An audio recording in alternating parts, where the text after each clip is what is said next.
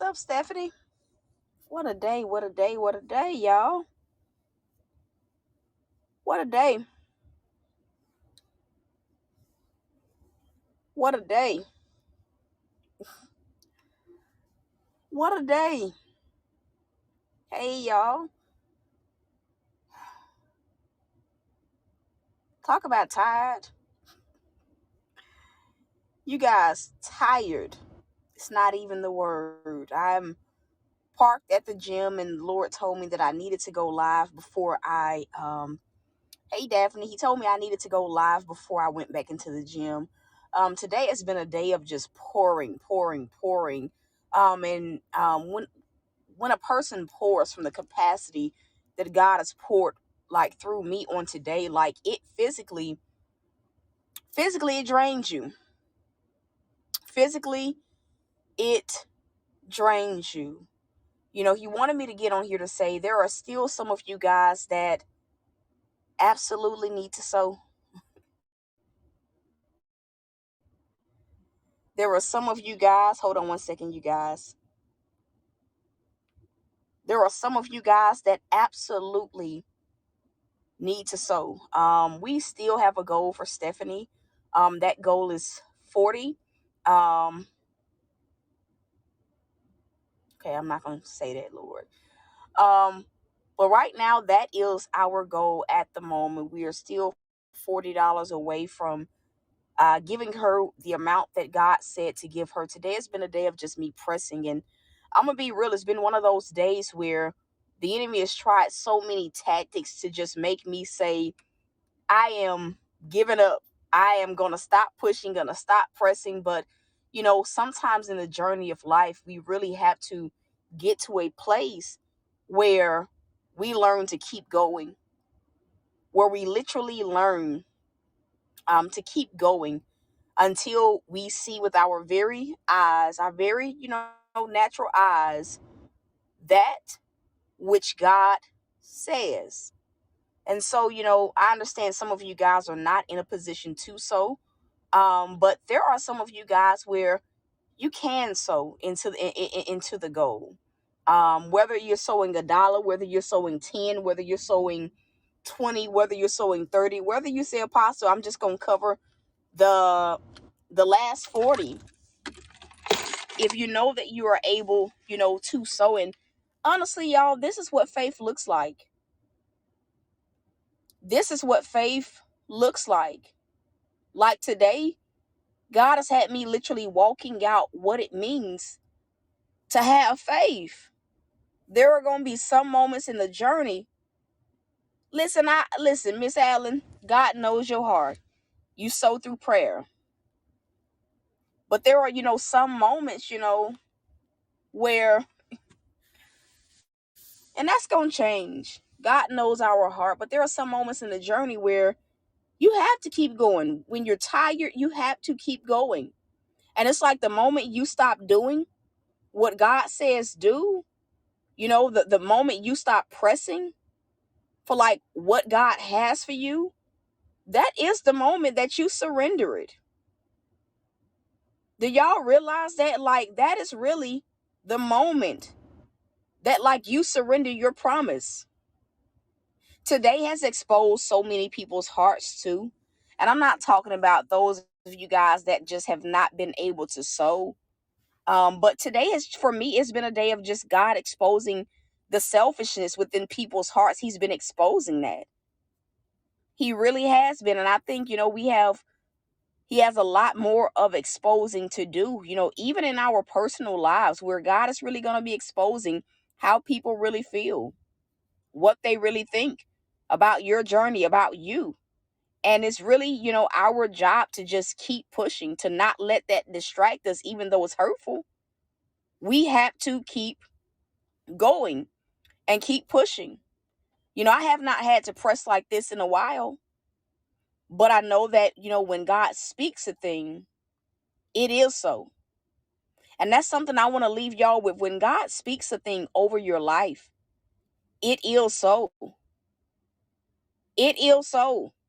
Whether what he speaks is good or whether he speaks judgment over you, it is so.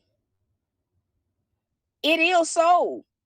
And so our movement, the way that we move, the way that we pursue it, no matter how tiring the journey is, no matter how much we have to labor, no matter, how exhausting, no matter what hits we take, we move with the mindset that says, it is so. It is so. That's a whole word for some of y'all. Faith says, it is so. I don't care if my natural eyes don't see it. It is so. I'm going to walk like it's done. I'm going to talk like it's done. I'm going to think like it's done. It is so. And it ain't otherwise. It is so. And honestly, it's like in the journey of faith, when you get to that moment where you about to say, God, I'm about to give up. Right? When you get to that moment where you say, what, Mrs. Eden? When you get to that moment where you say, God, I'm tapped out. I'm about to give up. I'm about to just say, forget it. How many people know that's the moment where it shifts? That's the moment where it breaks. It was like that, a few days ago, like for rent. I had been going live. I knew what God was saying, but the funds were not coming in. I had done a broadcast, like literally 5 minutes later, God is like, go live again. My natural self, my fleshly self wanted to say, God, it didn't happen the last few times I've gone live. Like nothing is coming. I am getting exhausted. But I knew that I would not be late on the rent. So what did I do? I obeyed because it is so. Whether it happens in my timing, whether it doesn't happen in my timing, it is so. Meaning whatever God has spoken, it is final. This is a whole word for somebody. It is final. And so what we have to learn to do is, even though I'm not seeing the results with my natural eyes, God, it is so. So I have to keep obeying, because sooner or later, rather than later, my obedience is going to bring the shift that I'm believing God for. Just like this season has been sacrificial for you guys, this season has been even today has been sacrificial. I could have said, God, forget Stephanie's need. I got to get my hair done tomorrow. But no, I surrendered all of the funds that came in. A bill took some of the funds. It came out automatically. I'm going to just be real about that. But seriously, I could have said, forget what she need. I got this going on. I got that going on. I got to get my hair done. I have to do all these things. God, I got to save for my car note. But no, I said, God, if I really believe you, I have to be the light. I cannot see a need, right? I cannot see a need and know that I can meet it and choose to turn a blind eye and say, I got the X, Y, and Z going on. And honestly, even in ministry, like that has been what today has been. The dishonor in some people. They make these promises to God, and then when it's time for them to do what they told God they would do, it's like, well, I got this, I got that, I got this. I even had one individual tell me, well, I asked my friends, I told them I had not been sowing, and I asked them this is a real story. I asked them, if I would go to hell or be punished because of that. And they told me no.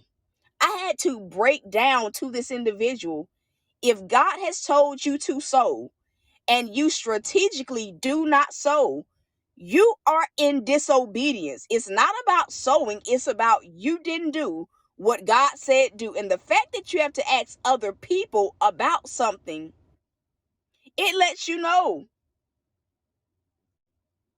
Deep down you should have done this. And that's real. I had so many people be dismissive of my anointing and then have the words say, I respect and honor your anointing. No, you don't. No, you don't. I've had to tell people over and over all day, listen, I'm not going back and forth with you. I'm telling you what God says tell you, and that's it.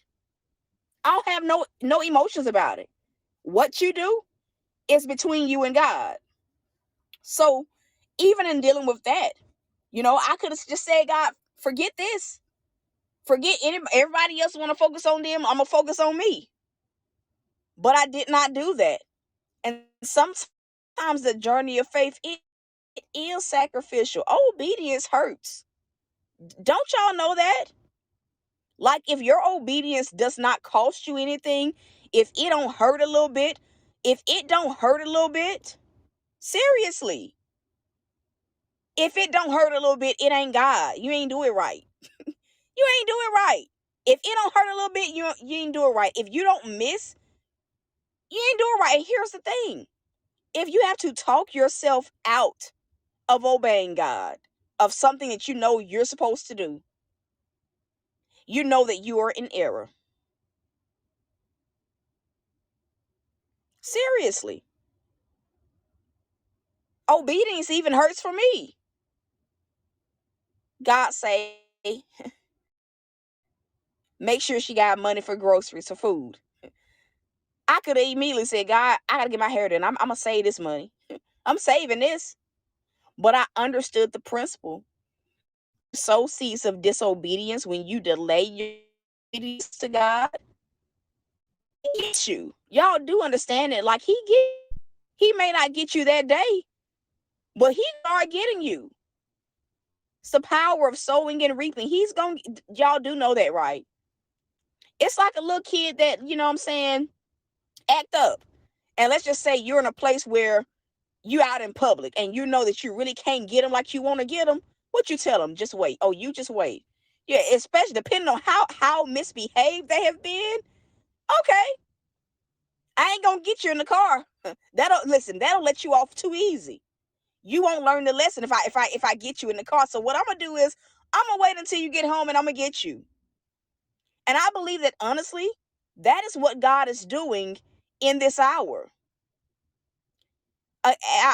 Prophet Harvey said this, and it was really profound because it's really what God has been reiterating. He is tired of telling us to do the same thing over and over again. He is tired of having to speak the same words to you through his servants over and over and over again. And not only that, he is tired of his children delaying their obedience, not understanding the ramifications or the effects of what happens from delayed obedience. God is tired of it. He's tired of it. Because delayed obedience, it is still disobedience. And so what we're going to be seeing is that those that can't get their act together, God is going one by one start getting them. I had to tell somebody that today. Okay, whether or not you obey or don't, God will handle you, and he will.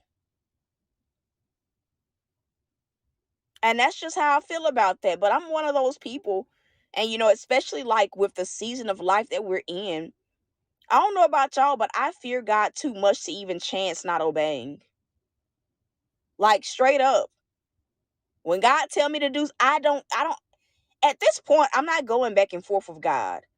If he tell me to do something, not do something, listen, it's a done deal. I'm not like wanting to take no chances with that. Hell is real, y'all. Y'all do realize that. Hell is real. And some people, because of their pridefulness, their selfishness, their lack of honor, lack of integrity, lack of morals, the fact that they put themselves above God, they think that they are God. I'm going to be real. For many of these people, they are about to experience hell on earth. And by that, the absence of God. The grace will not be there anymore. The favor will not be there anymore. The things that God was withholding, he's about to start letting people get a taste of. Some people think that, obedience not supposed to hurt. The journey not supposed to be sacrificial. They about to experience hell on earth. But I won't be one of them, and I pray you won't either. I won't be one of them. And I pray y'all are not either. Can someone tell Mrs. Garcia to come on? I'm not sure if she's here.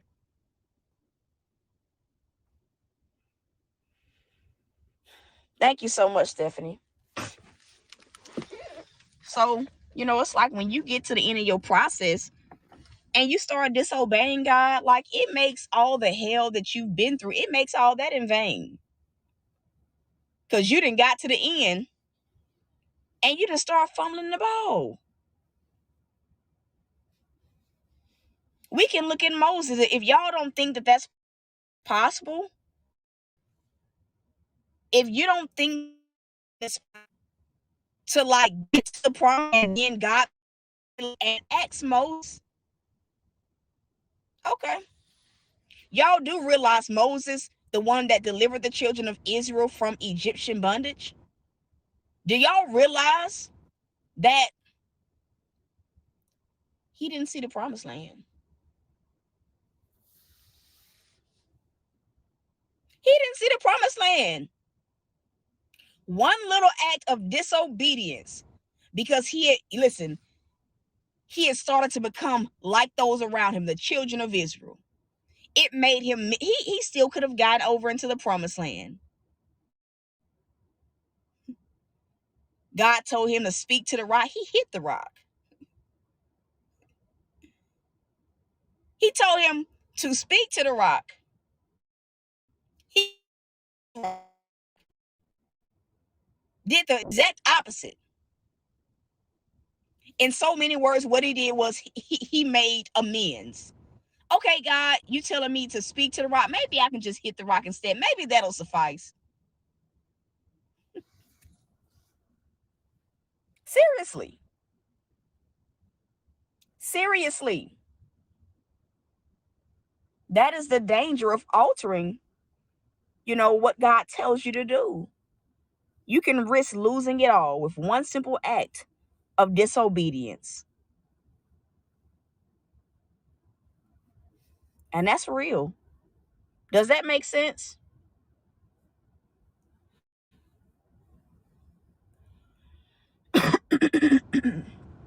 Does that make sense? Does that make sense? So, that's really how, like, that's not really my mind. That's really how God has been dealing with me. Like, I understand, God, I cannot afford to not obey you, even if it makes some people angry, even if it exposes the dishonor in their heart, the lack of it. I afford to not obey you, Lord. I can't afford to not obey you. I can't afford to even try to reason or alter whatever it is you tell me to do or speak, because I understand my promise is on the line. I understand my salvation is on the line. I understand that act of one little what you say do, making excuses to not do what you said do, it can ruin it all. It can make all the pain that I've had to go through, all the sacrifices that I've made, it can make them in vain. Moses had made sacrifices. He made the same sacrifices as the children of Israel. He made the same sacrifices as the children of Israel. And that one time that he slips up, God said, you know what? You're not entering in either. You ain't entering in either. So if you don't think that you delaying what God has told you to do, you altering what he told you to do, you flat out being disobedient won't alter it, okay, play with it if you want to, but I'm not. Play with it if you want to. But Apostle T not. I pray y'all don't. I don't have time. I done been through too much to not get what's for me. I refuse to be one of the people that has to live hell on earth, life without God, life without his presence, life without his favor. I refuse to. I refuse to.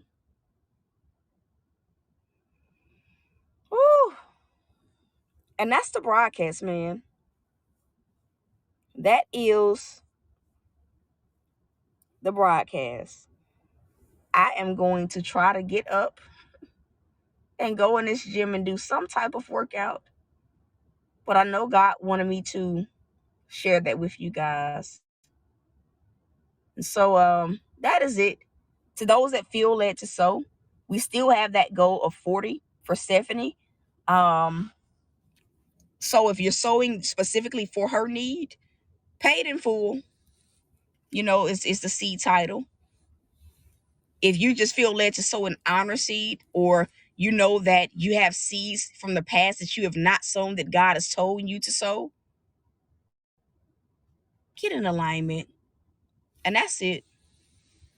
That is it, y'all. I love y'all. I'm rooting for you guys. And so, till next time, y'all. Peace.